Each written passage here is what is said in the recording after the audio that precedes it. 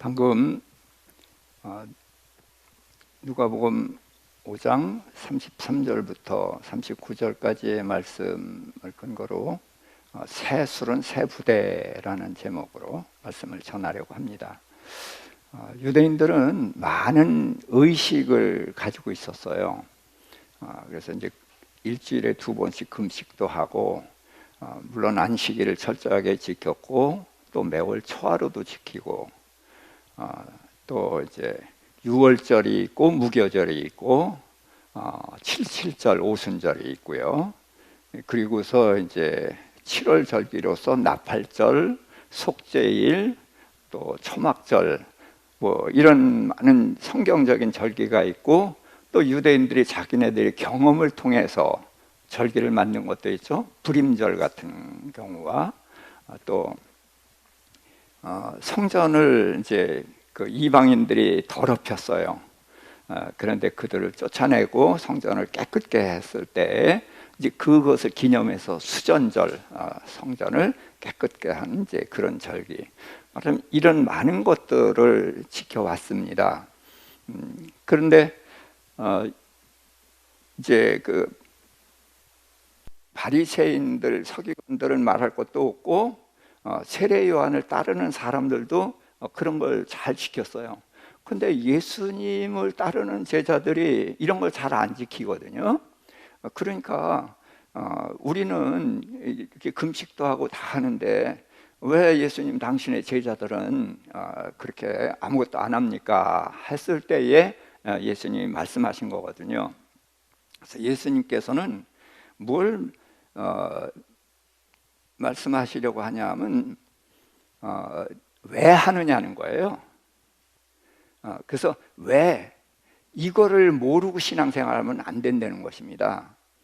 그래서 너희는 금식하고 뭐하고 다 하는데 우리는 왜 안 하느냐? 자, 신랑하고 잔치집에서 금식을 하겠느냐? 안 하죠. 그런데 신랑을 빼앗길 날이 오리니 그때는 금식하리라. 그러니까 뭐예요? 이유가 있다는 거예요. 이유를 가지고서 해야지 이유도 없이 하는 거, 그런 것은 전혀 의미가 없다. 그러면서 예수님이 새 술은 새 부대에 이런 말씀을 하셨거든요. 그러면서 그 당시에는 이제 포도주를 그 가죽으로 만든 부대에다 넣었다고 해요. 그래서 이제 거기에다가 포도주를 담는데 이 포도주는 이제 발효가 되니까 그래서 새 부대에 넣지 않으면은 그게 터져버린다는 거죠. 그러니까 이제 술이 새 것이면 새 부대에 넣는 것처럼 예수님은 새로운 세계를 열어 놓으셨다. 그래서 이 새로운 세계를 옛날에 지키던 것, 그거 가지고서는 설명할 수가 없다는 거예요. 그래서 새 술은 새 부대 이런 말씀을 하셨거든요. 그러면 새 술은 뭐고 새 부대는 뭘까요? 그런 거 생각해 보셨어요? 이스라엘 사람들은 낳은 지 8일 만에 할례를 하죠. 그런데 예수 믿는 사람들은 뭐 해요? 할례를 안 하고 침례를 하죠.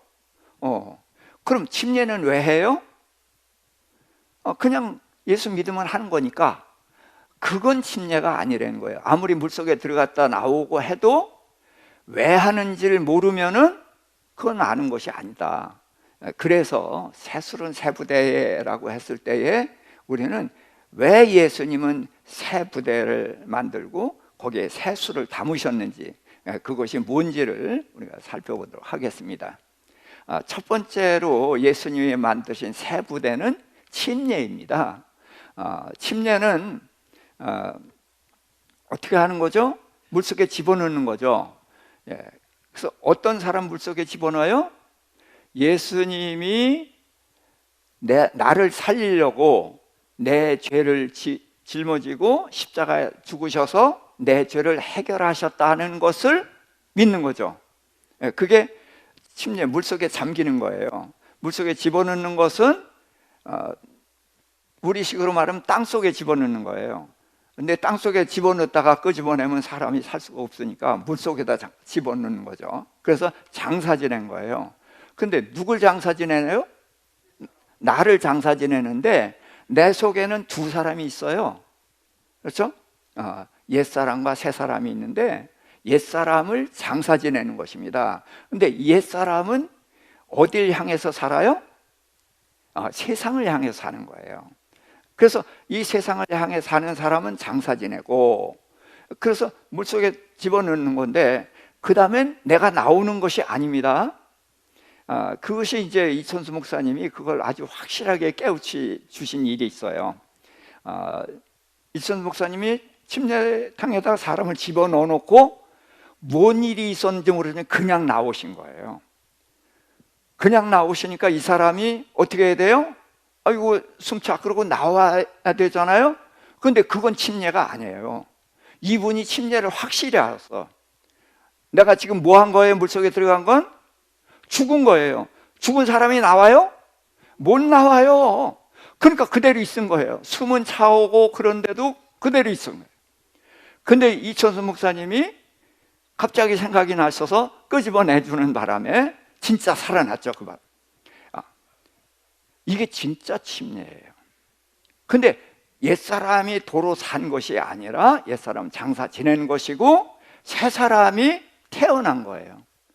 이게 바로 거듭남을 말하는 거예요. 그래서 침례는 거듭남을 나타내는 것인데, 이 머리에 물 뿌리는 세례, 이제 다른 모든 교회에서는 이제 그렇게 하는데, 세자가 무슨 세예요?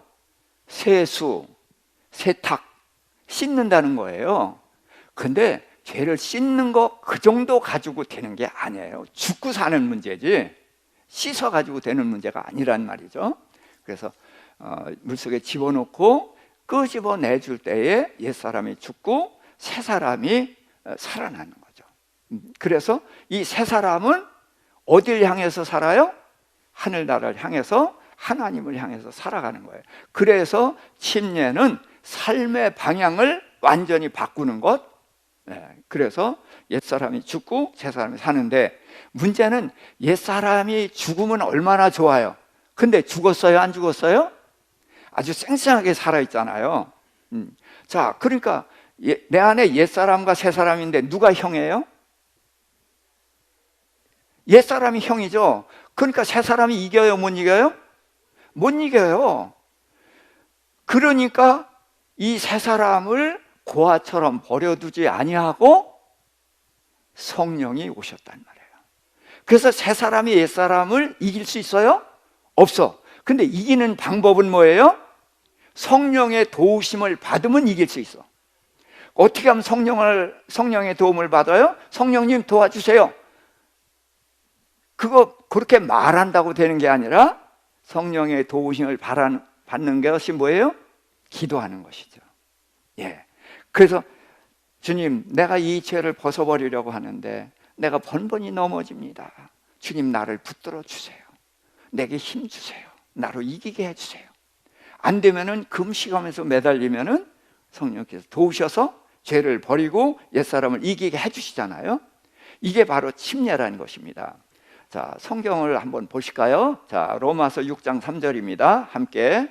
무릇 그리스도 예수와 합하여 침례를 받은 우리는 그의 죽으심과 합하여 침례를 받은 줄을 알지 못하느냐.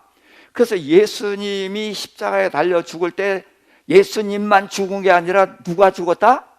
나도 죽었다. 어떤 내가 죽었다? 옛사람이 죽었다. 근데 죽었어요? 안 죽었어요? 안 죽었어요. 이게 문제란 말이에요. 그러니까 우리가 침례를 받았으면은 예수님 십자가에서 죽었을 때 나도 죽은 거야. 그러니까 옛사람을 존중해줘야 돼요. 죽은 자로 여겨야 돼요. 죽은 자로 여겨야 된단 말이에요. 이게 그래서 싸움이 시작되는 거예요. 그래서 예수님과 함께 십자가에 달려 죽은 것처럼 우리는 물속에 들어가서 죽었다. 그러니까 이 죽은 나를 빨리 벗어버리고 하늘나라를 향해서 살아가야 된다. 그걸 말씀하신 거죠. 사도행전 2장 38절. 베드로가 이르되 너희가 회개하여 각각 예수 그리스도의 이름으로 침례를 받고 죄사함을 받으라. 그래야면 성령의 선물을 받으리니. 아멘. 그래서 물속에 들어갈 때에 옛사람이 죽어서 내 죄를 다 용서받은 거란 말이에요. 그래서 이 다음에 천국 갔을 때 예수님이 이제 물어볼 거예요. 야, 너 옛날에 왜 그랬니? 그럴까요? 안 그럴까요? 안 그러셔요. 왜? 용서했잖아요. 그러니까 용서하는데 어떻게 용서했냐? 아주 잊어버리셔서. 그래서 어떻게 했냐 이걸 물어보냐?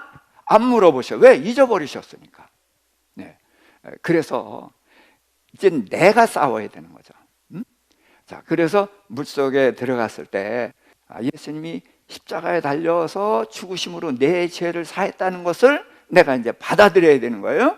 그래서 받아들이면은 성령을 선물로 받는다. 그래서 성령이 내 안에 오셔서 내가 혼자서 살 수 없는 것을 성령이 도우셔서 살아갈 수 있게, 이기게 해주신다는 거죠. 베드로전서 3장 21절, 물은 예수 그리스도께서 부활하심으로 말미암아 이제 너희를 구원하는 편이 곧 침례라. 이는 육체의 더러운 것을 제하여 버림이 아니요 하나님을 향한 선한 양심의 간군이라. 세례, 물 씻는, 몸에서 죄를 씻는 그 정도가 아니라는 거예요. 삶의 방향의 전환인 거예요. 그래서 세상을 향해서 살던 삶을 이제는 멈추고 하나님을 향해서, 하늘나라를 향해서 살아가는 삶을 시작하는 것, 이게 침례라는 거예요. 그래서 옛사람을 죽은 걸로 여기고, 그래서 자꾸 벗어버려야 되는 거예요. 그리고서 이제 새 사람이 하늘나라를 향해서 살아가는 것, 이것이 침례입니다. 이 침례를 성경이 설명을 하고 있는데, 이게 바로 그 출애굽기에서부터 여호수아서까지의 이야기예요. 이스라엘 백성이 애굽에서 나왔습니다. 어떻게 나왔죠? 홍해를 건너서 나온 거예요. 그게 침례받은 것입니다. 자, 그러고서 가나안 땅에 들어갔는데 바로 들어갔어요? 광야에서 40년을 지났어요. 왜 40년이 지나요? 이 애굽에서 나온 사람들은 끊임없이 어디를 향해 있어요? 애굽을 추억하는 거예요. 어디 가려고 나왔는데? 가나안 땅을 가려고 나왔는데 끊임없이 애굽만 바라보는 거예요. 그러니까 이 애굽만 바라보는 사람을 데리고 들어갈 수가 있어요, 없어요? 없어요. 그러니까 하나님께서 너희 40년 동안 광야에서 헤매라 그랬는데 40년 동안 누구를 죽이는 거예요? 애굽에서 나온 사람을 죽이는 거예요. 그럼 오늘날 우리는 누굴 죽이시는 거예요? 옛사람을 죽이시는 거예요. 그러니까 옛사람이 쉽게 죽어요, 안 죽어요? 예, 안 죽죠. 그러니까 어떻게 죽이셔요? 고난을 통해서 죽이셔요. 근데 우리가 고난 오면 어떻게 해요? 하나님 어떻게 나한테 이럴 수가 있습니까? 하고 따지고 덤비고 그러잖아요. 그런데 하나님이 하시는 모든 일은 다 누구를 위해서 하셔요? 나를 위해서 하신다는 거예요. 그래서 내 옛사람이 안 죽거든요. 그러니까 이걸 죽이는 방법이 뭐예요? 고난이에요. 고난이 오면은 원망하고 불평하는 게, 이게 누가 원망하고 불평해요? 옛사람이 원망하고 불평하는 거예요. 그러니까 원망하고 불평하는 내가 어떻게 돼야 돼요? 죽어야 돼요. 그러니까 그렇게 원망하고 불평하다가 나중에 이제 하도 안 되면, 아이고 하나님 그러다가 아이고 제가 아직도 안 죽어서 그렇습니다. 주여 죽여주세요. 그렇게 되잖아요. 그렇게 해서 죽으면은 이제 옛사람 60만이 나왔는데 10만이 죽은 거예요. 그럼 새 사람이 10만이 생긴 겁니다. 또 이제 20년 지났어요. 그러면은 옛사람 30만이 죽고 새 사람 30만이 살았어요. 그래서 40년이 됐을 때에는 옛사람이 여호수아 갈렙 빼놓고 다 죽죠. 그리고서 이 새 사람이 가나안 땅에 들어간단 말이죠. 자, 그런데 누굴 따라서 들어가요? 누가 인도해서? 모세가 인도해서 들어가요? 아니죠. 예, 모세는 인도에서 광야로 나와서 그 백성들이 다 죽고 거듭나는 데까지예요.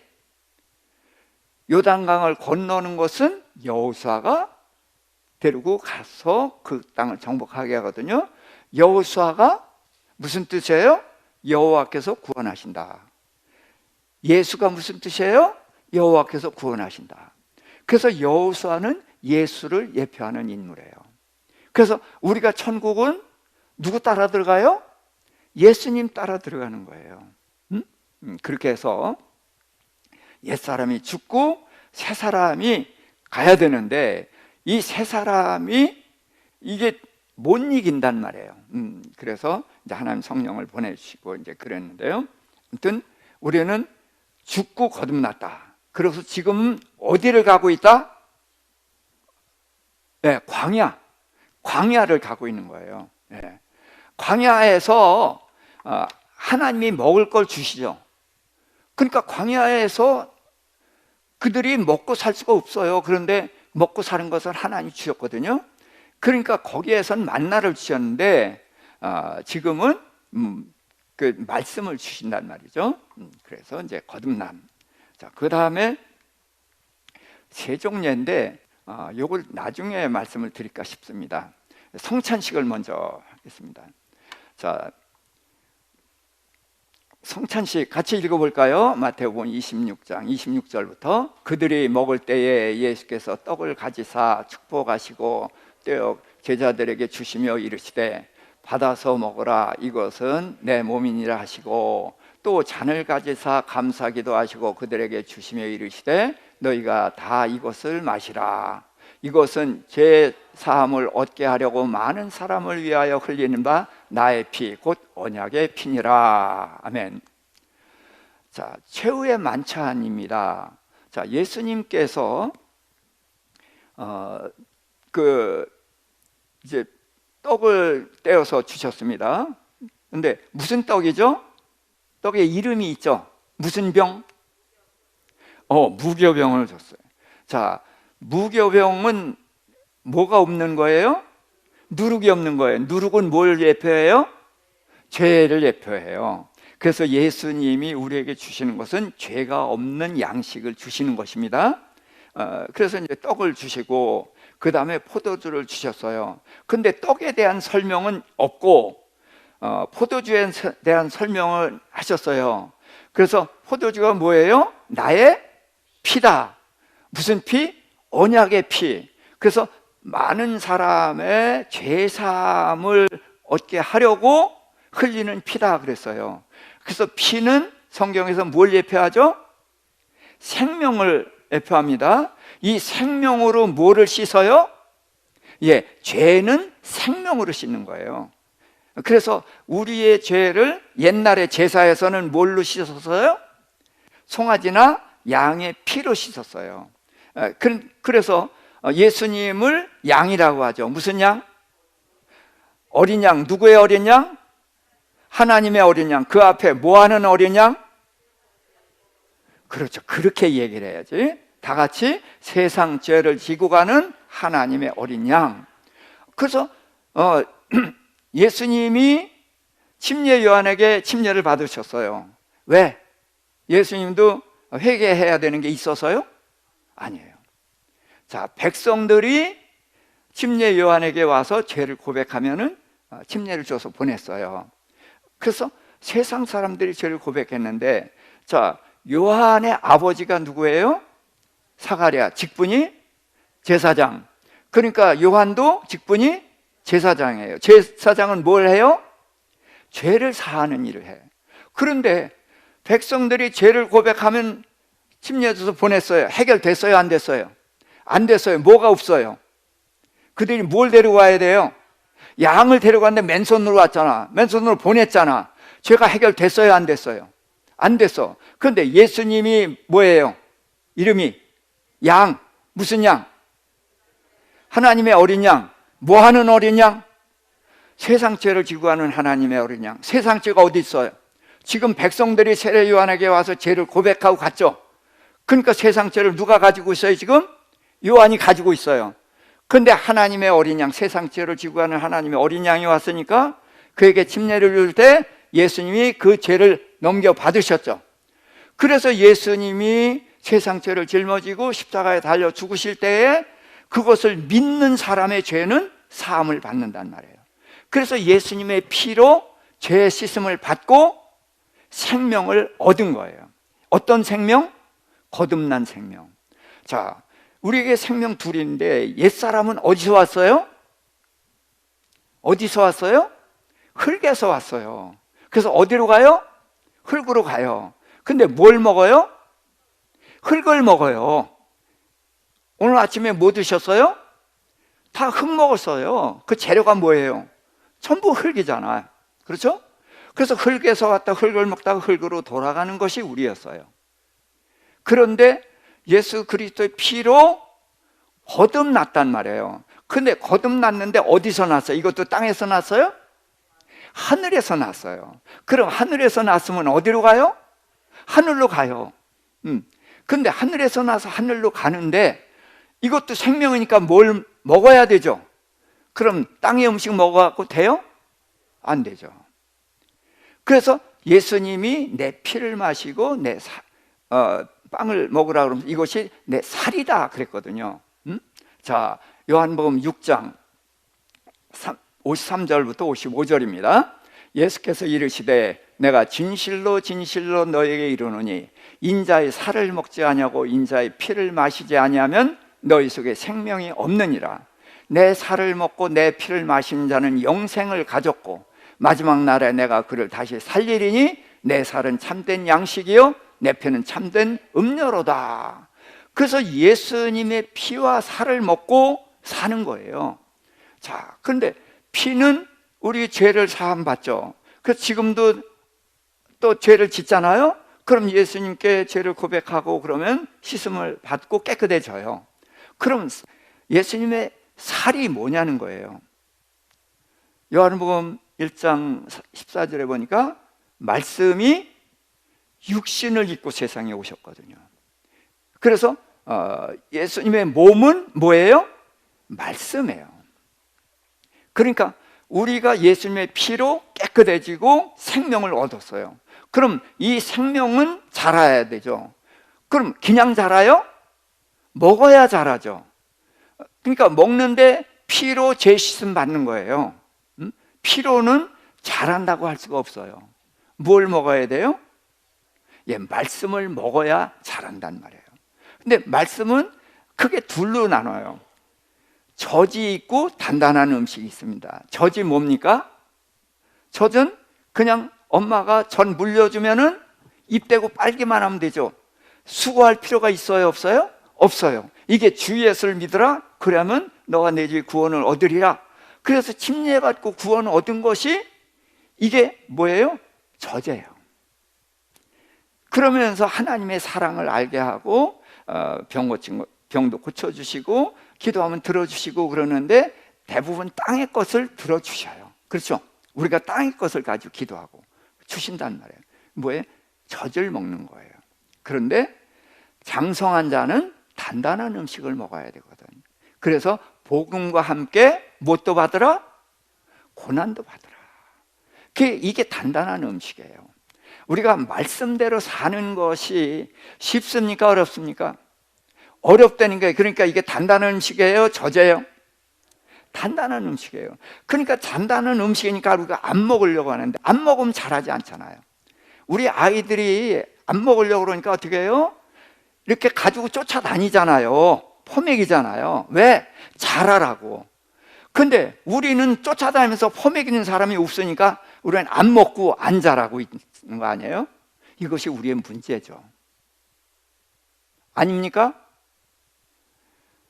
유대인들은 4살, 5살이 되면 성경을 암송하기 시작을 했어요. 그래서 모세오경을 다 외워요. 자, 베드로 제자들이 어부예요. 무식해요. 글을 몰라요. 그런데 그들이 성경을 다 알고 있었거든요. 왜? 들어서 암송하고. 그래서 성경을 안 돼. 우리는 너무 성경을 모르면서 신앙생활을 한다는 거예요. 그건 무슨 얘기예요? 먹지 않고 신앙생활을 하니까 자라요, 못 자라요? 못 자라요. 그러니까 너희가 지금 장성한 자가 돼서 당당한 음식을 먹어야 되는데 아직도 젖밖에 먹을 수 없다. 그렇게 탄식을 하면서 쓴 책이 히브리서예요. 그래서 우리는 말씀을 먹어야 됩니다. 그래서 말씀이 단단한 것처럼 고난의 말씀이거든요. 말씀대로 산다는 것은 내가 유익해요, 손해봐요? 예, 유익하다는 건 성숙한 사람이 하신 말씀이고, 예, 손해보는 거예요. 그렇죠? 주라. 그래야면 누르고 흔들어 넘치도록 해서 갚아주리라. 이거 다 알아요. 근데 우리가 해요, 안 해요? 안 하죠. 왜? 믿어지지 않으니까. 이 세상은 그게 가능해요, 불가능해요? 불가능해요, 이 세상은. 그런데 하늘나라는 이게 가능하거든. 근데 이게 믿어지면은 하는데 믿어지지 않으니까 못하는 거예요. 그러니까 내가 아직 어린아이니까 젖밖에 먹을 수 없는 수준인 거예요. 그런데 힘들어도 하려고 하는데 하면 안 되죠. 그러니까 몇 번 하다가 주저앉는 거예요. 근데 이게 문제예요. 우리를 예수님이 버려두지 아니하시고 다시 오신다. 그러면 성령을 보내신다 그랬어요. 우리가 누구이기 때문에? 고아이기 때문에. 너희를 고아처럼 버려두지 아니하시고. 그러니까 우리 안엔 두 사람이 있는데 옛사람과 새사람이 있어요. 옛사람 죽은 자로 여기라고 했지 죽지 않았잖아요. 그러면 누가 형이에요? 옛사람 형이에요. 그럼 새사람하고 싸우면 누가 이겨요? 옛사람이 이겨. 그러니까 새사람 말씀대로 살아보려고 싸우면 이겨요, 못 이겨요? 못 이겨요. 그래서 몇 번 하다가 아이고 안 되네 그러고 포기해버렸단 말이에요. 그런데 내가 고아처럼 이 옛사람을 이길 수 없다는 걸 알아. 그래서 누굴 보내셨다고? 성령을 보내셨어. 그러니까 어떻게 해야 돼? 성령님 도와주세요. 그러면 돼요? 기도해야죠. 기도하고 성령님 도와주세요. 그래서 간절히 기도하고 그렇게 할 때에 성령의 도우심으로 옛사람을 이길 수가 있단 말이에요. 그렇게 해서 우리에겐 두 가지 양식이 있다. 그래서 보혈로, 예수님의 보혈로 죄 사함 받고 새 생명을 얻었고 지금도 죄를 지면은 씻음을 받아요. 근데 이건 성장을 못해요. 그래서 말씀을 먹을 때에 우리가 성장해 가는데 말씀은 쉽지 않다. 단단한 음식. 그래서 성령을 보내주셔서 우리가 기도하고 성령을 의지할 때에 옛사람을 이기고 죄를 이기고 세상을 이길 수 있다. 그래서 우리에게 이 신령한 양식으로 오신 것을 성찬식을 통해서 나타내 주신 것입니다. 자, 세종례. 세종례는 발 씻어 주시는 건데 예수님이 저녁을 잡수시고서 겉옷을 벗고 대야에다 물을 떠놓고 제자들 한 사람 한 사람 발을 씻어주셨어요. 그래서 수건을 둘른 수건 가지고 발을 씻어주고 또 이렇게 씻어주셨어요. 자, 이제 베드로 차례가 됐어요. 자, 베드로는 생각나는 대로 말하고 행동하는 사람이거든요. 그러니까 다른 제자들은 예수님 발 씻어주니까 좋다 이랬겠어요? 아니죠. 이게 아주 황송해서 어쩔 줄을 몰라 하면서도 주님이 하시니까 할 수 없이 한 거예요. 할 수 없이 그냥 쩔쩔매면서 그렇게 했는데 베드로는 아이고 난 절대로 안 됩니다. 그래? 그래서 내가 지금은 알지 못하지만 이후에는 안다. 그래도 안 돼요. 그래? 그럼 나하고 상관없어. 그래요? 주님 그럼 너 머리도 감겨주고요 손도 씻어주고요. 그랬더니 목욕한 자는 발만 씻으면 된다. 목욕했다는 게 뭐예요? 예수님의 피로 목욕한 거예요. 예수님의 피로 목욕해서 거듭났단 말이에요. 그렇지만 거듭난 사람이 여전히 죄를 짓는단 말이에요. 왜? 옛사람이 생생하게 살아있으니까. 그래서 예수님이 발을 씻어주시는 것은 우리가 살아가는 동안에 죄 짓는 것을 용서해 주시는 것을 말씀하시거든요. 그래서 70번씩 7번이라도 용서해 주시는 거예요. 그러니까 우리는 이게 좋으니까 죄 짓고 용서받고 그게 우리의 삶인 것으로 착각하는 사람이 적지 않아요. 그런데 그것은 누구에 대한 기대 때문이냐? 새 사람에 대한 기대 때문에 옛사람이 죄 짓는 걸 용서하시는 거예요. 근데 새 사람이 하나님의 말씀대로 뭘 했다? 그럼 하나님 기쁨을 이기지 못하여 하시는 거예요. 그래서 이 새 사람에 대한 기대 때문에 옛사람이 그렇게 죄를 져도 70번씩 7번이라도 용서해 주시는 거거든요. 그런데 우리는 옛사람을 위해서 살고 있으니까 이게 문제란 말이에요. 옛사람은 벗어버리고 이렇게 살아가야 되는 거거든요. 자, 그래서 예수님이 발을 씻어 주시는 것은 우리가 세상을 살아가면서 죄 짓는 것을 용서해 주시는 거예요. 자, 그런데 예수님이 이렇게 하시면서 이제 그 발 씻어 주신 내용을 이야기해 주셨어요. 요한복음 14장 12절부터 함께 읽을까요? 그들의 발을 씻으신 후에 옷을 입으시고 다시 앉아 그들에게 이르시되 내가 너희에게 행한 것을 너희가 아느냐? 너희가 나를 선생이라 또는 주라 하니 너희 말이 옳도다. 내가 그러하다. 내가 주와 또는 선생이 되어 너희 발을 씻었으니 너희도 서로 발을 씻어주는 것이 옳으니라. 내가 너희에게 행한 것 같이 너희도 행하게 하려 하여 본을 보였노라. 너희가 이것을 알고 행하면 복이 있으리라. 그러니까 세종식을 하며 알고 행하면은 뭐가 있어요? 복이 있어요. 그런데 우리가 지금 세족식을 안 하고 있으니까 이 복을 못 받는다는 거죠. 저는 그래서 세족식이 좀 교회 안에서 살아났으면 좋겠습니다. 제가 중국에서 제자들을 이제 세족식을 하고 그랬는데 이놈들이 이제 그 중에서 누가 사진을 찍은 게 있어요. 그걸 보내주면서 지금도 내가 자기네들 발 씻어준 걸 기억하고 선생님 말씀대로 살려고 노력하고 있습니다. 지금 이제 다 목회자가 됐거든요. 커가지고 이제 그렇게 보내왔고, 제가 국내에서 목회할 때 한 집사님 발을 씻었더니 펑펑 울어서 나중에 그 달래주느라고 애를 먹었어요. 그런데 왜 그렇게 울었을까요? 제가 발을 씻어줄 때에 주님이 자기 죄를 사하셨다는 것을 피부로 느낀 거예요. 그게 느껴지니까 그 은혜에 감격해서 그렇게 울었거든요.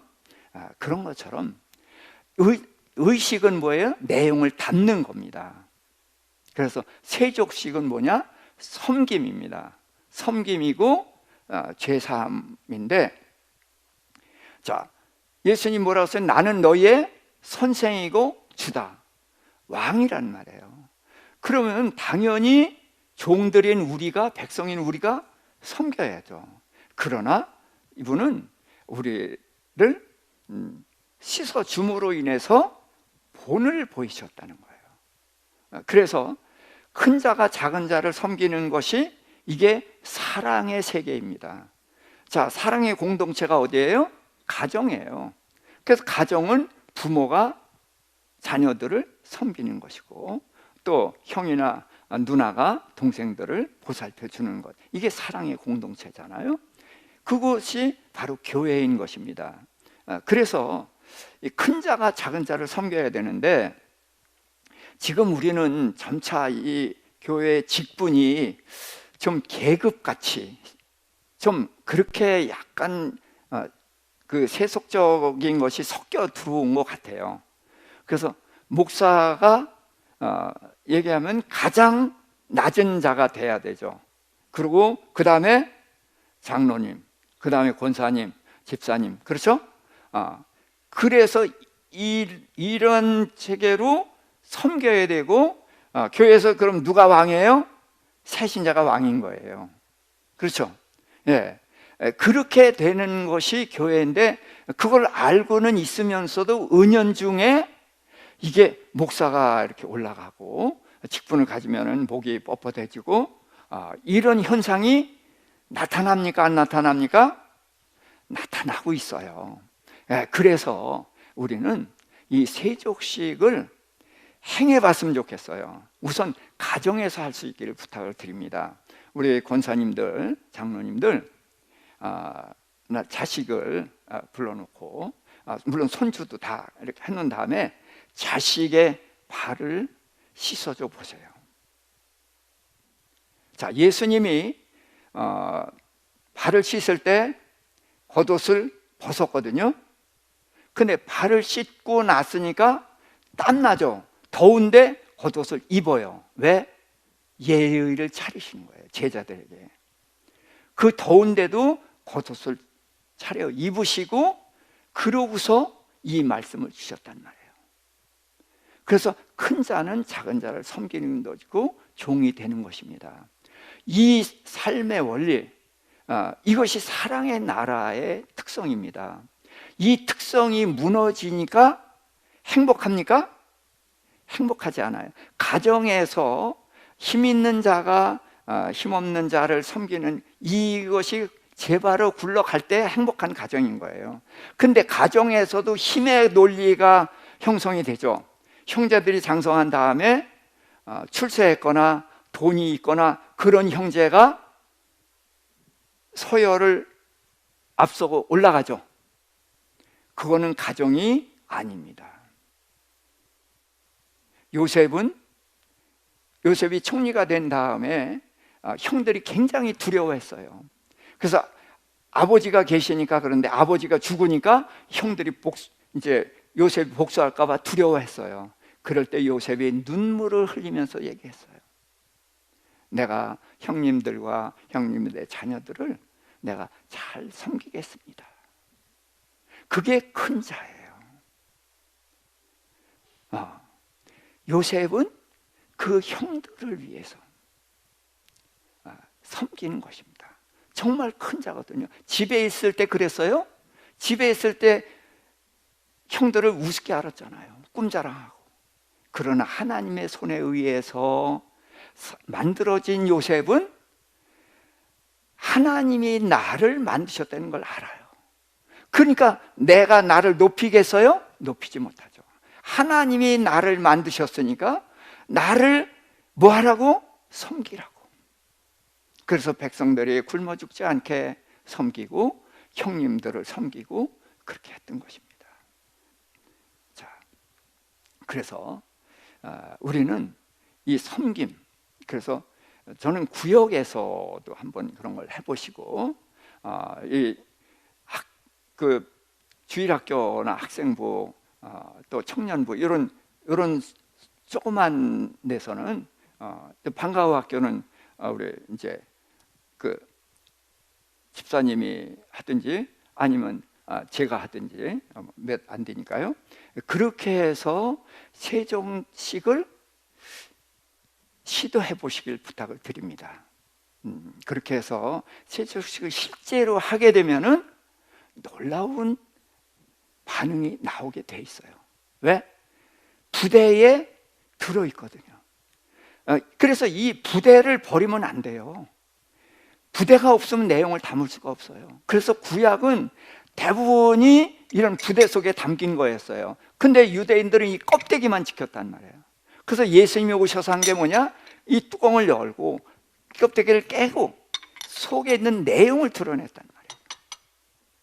그래서 300데나리온이나 되는 그 향유를 옥합을 깨고 쏟아 부었을 때 집안에 향기가 가득한 것처럼 예수님이 자기 몸을 깨뜨려서 섬김으로 인해서 예수 그리스도의 향기가 온 세상에 퍼진 것처럼 그것이 바로 이 세종례를 통해서 나타날 수 있다는 거예요. 예. 그래서 이 섬김, 이 섬김의 삶을 세족식을 해봐야 이게 드러납니다.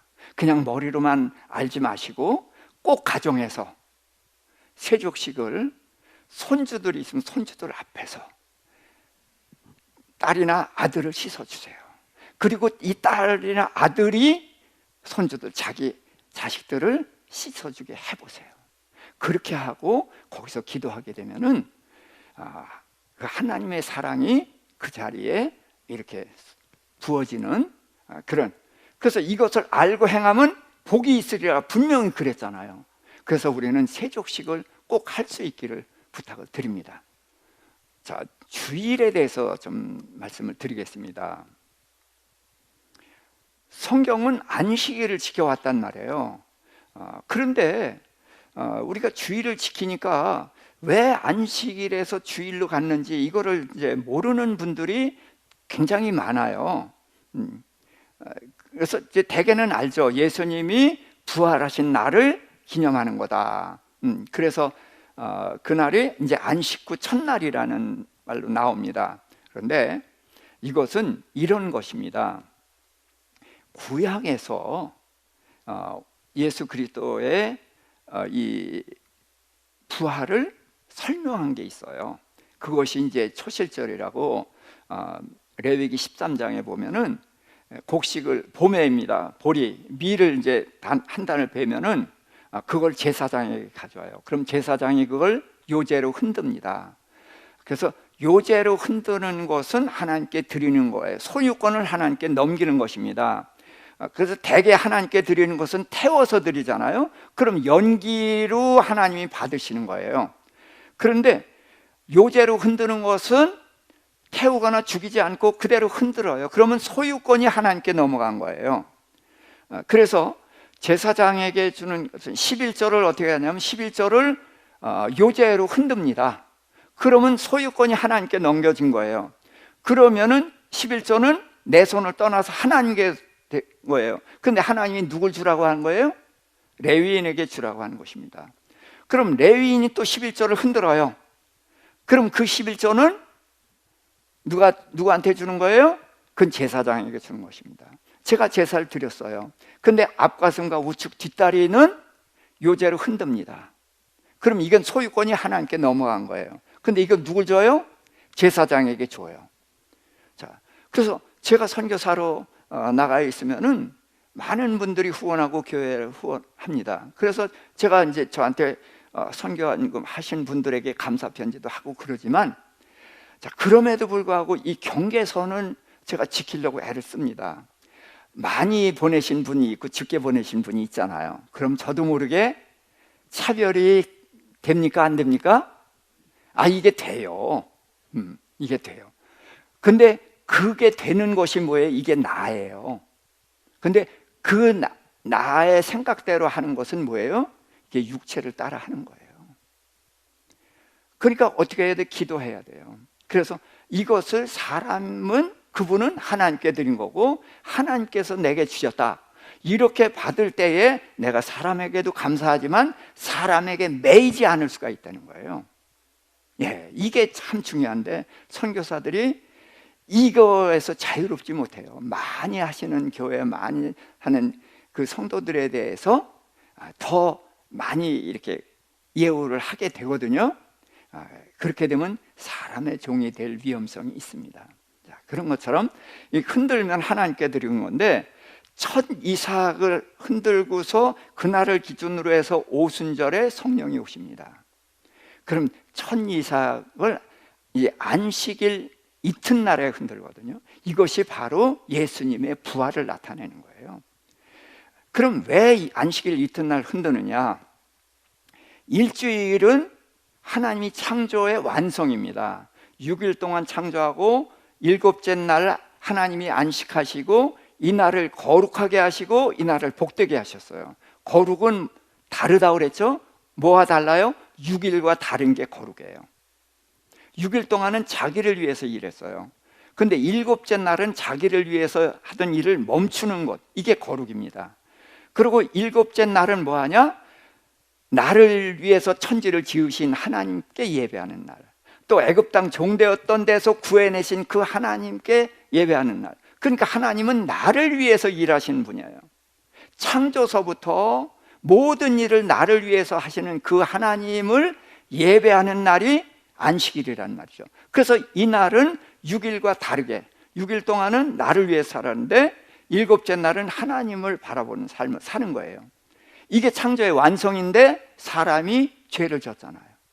죄를 짓는 바람에 하나님의 자녀가 마귀의 종, 죄의 종이 됐고, 영생하는 존재가 죽는 존재가 됐고, 성령이 함께 했었는데 성령이 떠나버렸어요. 뭐 때문에? 죄 때문에.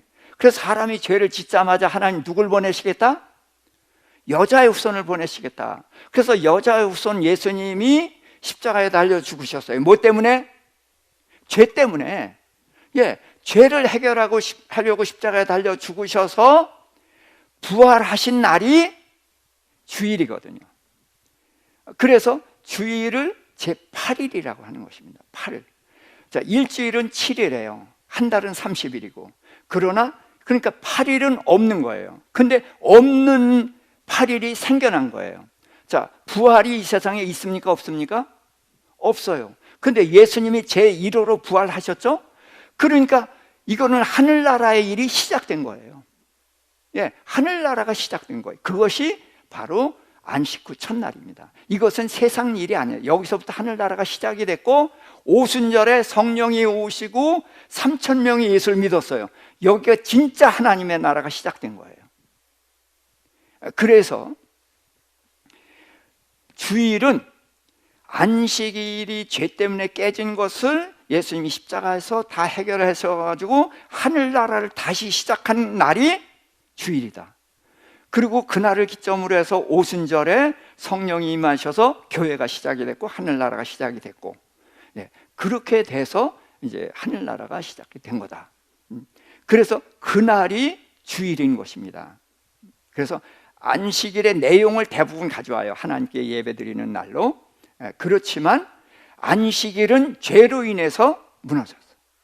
그래서 주일은 죄를 해결하고 하늘나라를 새로 시작한 날, 이것이 주일이다. 그래서 안식일과 주일을 꼭 연결해서 생각하시길 부탁을 드립니다.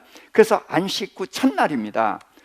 그래서 막달라 마리아가 이제 무덤에 왔을 때 무덤이 열리고 예수님이 부활하신 그날이 안식 후 첫날입니다. 사도행전 20장 7절입니다.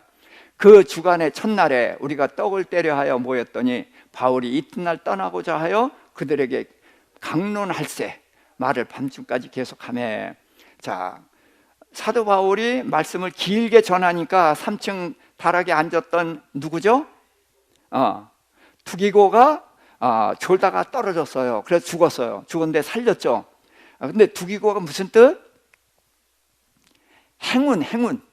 예, 이름이 참 멋있어요. 거기서 바울이 없었으면 죽음으로 끝나죠. 근데 바울이 계신 바람에 다시 살았고, 그러고서 두기고라는 이름이 2000년이 지난 오늘날까지도 유명한 인사가 됐잖아요. 행운이죠. 졸다가 떨어져 죽었는데도 유명 인사가 되고 그랬으니까 행운입니다. 자, 그런데 그래서 이 주일날 안식 후 첫날 뭘 했어요? 떡을 뗐어요. 성찬식을 했어요. 안식일엔 성찬식을 안 하거든요. 그래서 주일날 성찬식을 하고, 이게 세술은 세부대입니다. 그 다음에 강론을 했습니다.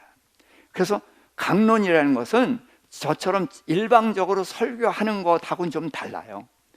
질문하고 답변하고, 제가 강론하는데 중국에서는 제가 이제 물론 성경을 가르쳤으니까 그럼 손을 들어요. 그러면 이제 질문을 하죠. 그럼 제가 대답을 해요. 이제 그렇게 하는 것이 강론입니다. 그래서 질문과 답이 있어야 돼요. 일방적으로 전하는 것보다는 여러분들이 질문을 가져야 됩니다. 그래서 제가 질문을 하고 제가 대답을 하죠. 그런 질문을 사실은 여러분들이 해줘야 되는 것이고, 그래서 질문하고 답변을 하게 되면 하나님의 말씀을 더 세밀하게 정확하게 알아갈 수가 있는 것입니다. 그래서 떡을 떼고 말씀을 강론했다. 고린도서 16장 2절입니다. 매주 첫날에 너희 각 사람이 수입에 따라 모아 두어서 내가 갈 때 연보를 하지 않게 하라. 그래서 이 주일에는 연보를 했습니다. 헌금을 했단 말이에요. 그래서 지금 우리가 성찬식은 안 하지만 그 내용적으로는 하고 있죠. 그래서 성찬식도 의식을 해야 돼요. 의식 속에 내용이 들어가 있기 때문에 그래서 그냥 머리로 아는 것과 실제로 손으로 하는 것은 좀 차이가 분명히 있습니다. 그래서 이날에 떡을 떼고 성찬식을 하고 말씀을 강론하고 헌금을 하고, 지금 우리가 하는 것과 똑같이 하고 있는 것입니다. 계시록 1장 10절입니다. 주의 날에 내가 성령에 감동되어 내 뒤에서 나는 나팔 소리 같은 큰 음성을 내가 들으니, 그래서 이제 이 날이 주의 날이 됐습니다. 자, 그래서 안식 후 첫날, 그래서 왜냐하면 안식일이 기준이었단 말이에요. 안식일이 기준이었는데 예수님이 부활하신 날은 안식일이 아닌 새로운 세계의 탄생, 부활은 하늘나라에 속한 거잖아요. 그래서 하늘나라가 시작된 날이 안식일 다음 날인 거예요. 안식 후 첫날, 예수님이 부활하신 날. 그래서 안식 후 첫날, 그 주간의 첫날, 또 매주 첫날. 그래서 그 안식이라는 말이 없어져도 되게 된 거예요. 매주 첫날. 그리고 계시록에 가면은 이제 주의 날. 그래서 오늘날 우리는 주일 이렇게 오게 된 거죠. 안식일하고 관계를 끊고 생각을 해요. 그러나 사실은 안식 후 첫날이라고 해서 안식일과 연결돼서 생각하는 것은 필요합니다. 그래서 안식일이 창조의 완성이었는데 죄 때문에 그것이 무너졌고, 그래서 하나님은 여자의 후손을 보내실 것을 약속하시고 마침내 여자의 후손이 예수님이 우리의 죄를 담당하고 해결하신 부활하신 날, 하늘나라를 여신 날, 그날이 안식 후 첫날 주일이고 이 날이 바로 하늘나라가 시작됐다. 그래서 오늘날 우리가 하늘나라의 삶을 살고 있다. 이렇게 이해하시기를 바랍니다. 자, 말씀을 정리합니다. 구약에 있는 것들이 없어지는 것이 아니에요. 그래서 율법은 모세를 통해서 주셨고, 또 은혜와 진리는 예수 그리스도로 말미암아 왔다 그랬거든요. 그러니까 율법하고 은혜와 진리는 다른 거야 라고 생각하는데 다른 게 아닙니다. 율법은 말하자면 이렇게 포장에 들어있는 거예요. 그러니까 유대인들은 이거를 모르니까 이 껍데기만 지키고 있었단 말이죠. 그러니까 유익을 누려요, 못 누려요? 못 누려요. 근데 예수님이 이 뚜껑을 열고 내용을 드러내셨거든요. 그러니까 우리가 이 내용을 먹을 수 있게 됐죠. 이 먹을 수 있는 내용, 이게 진리예요. 이해가 되겠죠? 그래서 율법은 지켜야 되는 것이고, 하지만 그런 형식 속에 갇혀 있는 것이 많았어요, 대부분. 근데 예수님이 형식을 다 깨고서 내용을 드러내시니까 이게 진리다. 그런데 은혜는 뭐냐? 율법은 행함으로 구원을 얻는 거예요. 그래서 하나님께서 아브라함에게 나타나서 이제 한참 후에 할례를 하게 하면서 나는 너와 내 후손의 하나님이 되리라 그랬거든요. 그러면 할례할 때 아브라함의 하나님이에요? 아직 아니에요? 아직 아니에요. 되리라 그랬으니까. 그런데 이삭에게 뭐라냐면 나는 아브라함의 하나님이다 라고 했거든요. 그때는 뭐예요? 아브라함의 하나님이 됐죠? 언제? 아브라함이 하나님의 약속을 온전히 믿고 이삭을 향해서 칼을 빼들었단 말이에요. 그래서 자기의 믿음을 몸으로 표현해 냈어요. 그랬을 때 하나님은 나는 아브라함의 하나님이다 그런 거거든요. 그러니까 행함으로 완전케 된 거예요, 믿음을. 그리고 또 이삭도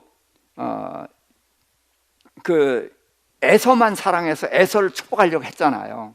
그런데 이제 리브가 때문에 속은 줄 알고 나중에 야곱을 정식으로 축복을 해줘요.